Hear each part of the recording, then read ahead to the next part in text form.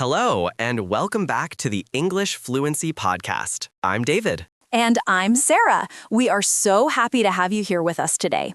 If you are listening to this, you are taking a huge step toward mastering a skill that opens up the entire world. That is right, Sara. Today, we have a very special episode.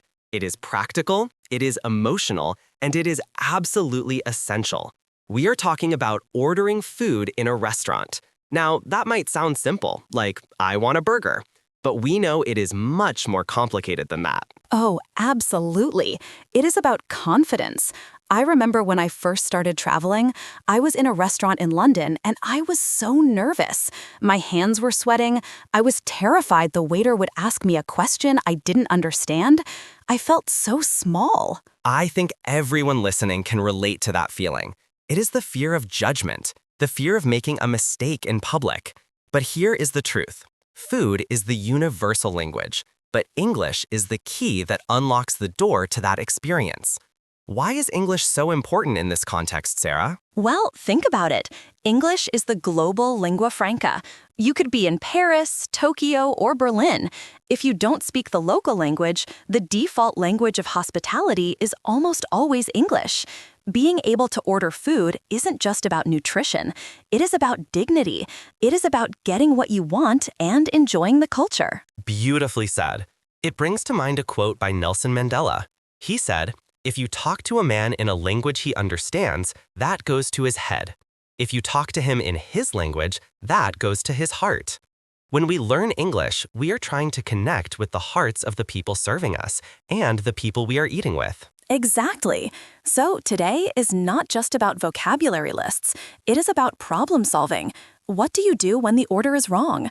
How do you ask for a modification without being rude? How do you sound natural? We have broken this episode down into 3 main sections. First, the arrival and seating.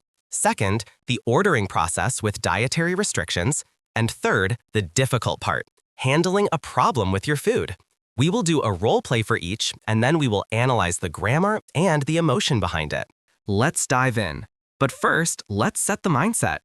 To our listeners, stop striving for perfection. Strive for connection. It is okay to have an accent. It is okay to pause. The waiter wants to help you. Right. Let's start with phase 1, the arrival. The anxiety often starts the moment you walk through the door. You see the host and your mind goes blank. In this role play, I will be the customer, and David, you play the restaurant host. I don't have a reservation, so I have to negotiate for a table. Action. Good evening. Welcome to the Golden Spoon. Do you have a reservation with us tonight? Hi, good evening. No, I actually don't have a reservation. It was a bit of a last-minute decision. Do you happen to have any tables available for 2 people? Let me check the system. It is quite busy tonight. I have a table, but it is outside on the patio. Is that okay for you? Oh, actually, it looks a little chilly outside. Is there any chance we could get something indoors? We are happy to wait at the bar if it helps. If you don't mind waiting, a booth by the window should open up in about 15 minutes. That sounds perfect. We will wait at the bar. Thank you so much for checking. You are very welcome. I'll come and get you when it's ready. Okay, let's pause there. That felt very natural. Listeners, did you notice I didn't just say, "No reservation, I want table"? Exactly. Sara used softeners. These are words that make your English sound polite and less direct. Instead of saying, "Do you have a table?" she said, "Do you happen to have any tables?" Yes, happen to have. It implies that I know they are busy and I am asking for a favor. It lowers the pressure. And then when David offered the outside table, I didn't say, "No, I don't want that." Right. You used a problem-solving technique. You stated the reason, it looks a little chilly, and then you proposed a solution. We are happy to wait at the bar. This is high-level communication. You are negotiating. And that is why English is important. If I couldn't explain that I was cold, I would have been stuck eating outside, shivering, and having a miserable time. Language controls your reality. Another great phrase you used was, "Is there any chance?" This is a magic phrase in English. Is there any chance we could get something indoors? It is very hard for a waiter to say no to that because it is so polite. So, listeners, remember that structure. Acknowledge the situation, state your preference politely, and offer a compromise. Moving on to phase 2, the order. This is where most people get nervous. The menu is huge, there are words you don't recognize, maybe you are allergic to something, or you just hate onions. This is about taking control. You are paying for the meal, so you have the right to ask questions. In this role play, David will be the waiter, and I am a hungry customer who is a bit indecisive. Let's do it. Here are your menus. Can I start you off with something to drink while you look these over? Yes, I'd love a sparkling water with a slice of lime, please. And actually, could you tell me a little bit about the chef's special pasta? The description doesn't mention the sauce. Certainly. The chef's special today is a tagliatelle pasta with a creamy mushroom sauce and truffle oil. It is very rich. Ooh, that sounds delicious. But I am trying to avoid heavy dairy today. Is the grilled salmon a lighter option? Absolutely. The salmon is grilled with lemon and herbs. It comes with roasted vegetables. It is very light and fresh. That sounds perfect. I'll have the grilled salmon, but could I ask for the sauce on the side? I just want to control how much I use. No problem at all. Salmon, sauce on the side. And for your side dish, fries or salad. I'll go with the salad, please. Thank you. Excellent choice. I'll get that started for you. Okay, let's break this down. There was a lot of information there. The first thing I noticed, Sarah, was your confidence in asking for details. You didn't just guess. You asked, could you tell me a little bit about? Yes, a lot of learners are afraid to ask what something is because they think they should know. But menus often use fancy words. It is problem solving again. I needed to know if the sauce was creamy. And when you found out it was dairy, you pivoted. You used the phrase, I am trying to avoid. This is a great phrase for dietary restrictions. It sounds better than I don't eat dairy. It sounds like a personal lifestyle choice that requires respect. I am trying to avoid. I love that. And then the modification. Could I ask for the sauce on the side? Prepositions are key here. On the side. Memorize that phrase. It solves so many problems. Too spicy? Sauce on the side. Too salty? Dressing on the side. It reminds me of a quote by the writer George Bernard Shaw. He said, "There is no sincerer love than the love of food." But I would add, there is no greater frustration than bad food because you were afraid to speak up. That is the truth. Speaking up is a form of self-respect. When you speak English in a restaurant, you are advocating for your own happiness. Now, David, we have to talk about the scary part. Phase 3. When things go wrong. This is the ultimate test of emotions and language.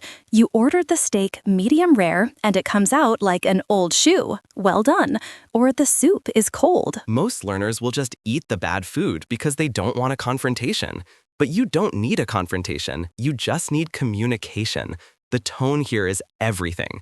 You cannot be angry, but you must be firm. Right. In this role play, David brings me the wrong order.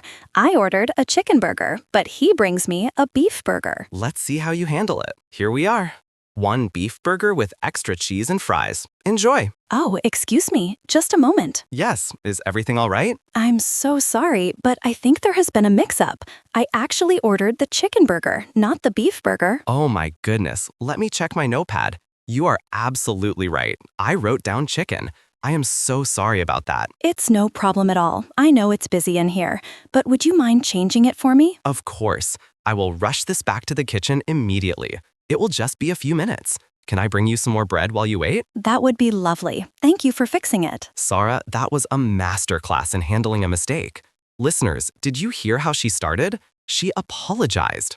Yes, I said, I'm so sorry, but it seems crazy to apologize when the waiter made the mistake. But culturally, in English-speaking countries, this sorry isn't an admission of guilt. It is a signal that says, I am about to give you bad news and I don't want to upset you. Exactly. It de-escalates the situation. If you said, hey, this is wrong, the waiter gets defensive. But I'm sorry, but I think there has been a mix-up, makes us a team solving a problem together. There has been a mix-up. That is the passive voice. I didn't say, you made a mistake. I said there has been a mix-up. It removes the blame from the person. That is brilliant emotional intelligence. You focused on the object, the burger, not the person, the waiter. And then you validated him by saying, I know it's busy in here. Empathy. Empathy is part of fluency. When you show empathy in English, people want to help you. The waiter felt bad, so he offered me free bread. If I had been angry, he might have spit in my soup. Let's hope not. But the point stands. English is the tool, but your attitude is the driver. So, David, let's zoom out a bit. We have covered a lot of phrases, but why is this specific topic, food, so critical for our listeners? Well, food is survival, but it is also community. I think about the quote by Virginia Woolf. One cannot think well, love well, sleep well, if one has not dined well. I love that quote. It means that our basic needs must be met with quality. When you learn English, you are giving yourself the power to dine well anywhere in the world. You are ensuring that you can nourish yourself, not just with calories, but with the experience of a good meal. And it builds momentum. If you can successfully navigate a difficult order in a restaurant, you feel like Superman. You walk out of that restaurant thinking, I did it. I spoke, they understood, I ate. That confidence carries over to your job interview, your presentation, or your social life. It is a building block. So I want to review some of the key vocabulary we use today. I'll say the basic version, and Sara, you give us the polite, advanced version we used. Ready. Basic. Do you have a table? Advanced, do you happen to have any tables available? Could you tell me a little bit about this dish? I don't eat dairy. I am trying to avoid dairy. Put the sauce separate. Could I have the sauce on the side? You brought the wrong food. I think there has been a mix-up. These small shifts change everything. They change how people perceive you. They make you sound educated, thoughtful, and fluent. And remember, practice makes perfect. The next time you are even in a coffee shop, practice these structures. Even if you are in your home country, you can role play in your head. We also need to talk about the payment. We didn't do a role play for this, but it is important. Oh yes, the awkward moment of who pays or how do we ask for the bill? Simply catching the waiter's eye and saying, could we get the check, please, is sufficient. But in the US, remember, they bring the check to the table. In some parts of Europe, you have to go to the counter. English helps you ask the right question. Do we pay at the table or at the register? That is a lifesaver question. Do we pay at the table or at the register? Memorize that. It saves you from sitting there for 20 minutes waiting or standing up when you should be sitting. Before we wrap up, I want to address the listeners who feel stuck, who feel like their English isn't improving. We know that feeling, the plateau. You feel like you are working hard but staying in the same place. Learning a language is like climbing a mountain. Sometimes it gets steep, sometimes it gets foggy. But the view from the top, the ability to communicate with billions of people, is worth it. There is a Chinese proverb that says, the best time to plant a tree was 20 years ago. The second best time is now. So true. If you didn't learn English as a child, that is okay. Start now. Use the restaurant scenario as your training ground. It is low risk. If you make a mistake, the worst thing that happens is you get the wrong sandwich. It is not the end of the world. And honestly, some of my funniest travel stories come from ordering mistakes. I once ordered intestines instead of steak in France because I mispronounced a word. It was terrible, but we laughed about it for years. Exactly. Embrace the mistakes. They are part of the story. So, your homework for this week.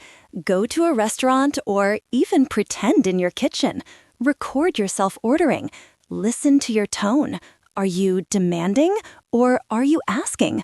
Are you using the softeners? Could I? Would you mind? Is there any chance? Make these your best friends. We hope this episode has made you hungry, hungry for food, and hungry for learning. We have put the full transcript of this dialogue in the show notes, along with a vocabulary list of all the food terms we discussed. Thank you for letting us be part of your journey today. Keep practicing, keep eating, and keep speaking. Until next time, this is David. And Sara. Bon appetit and goodbye.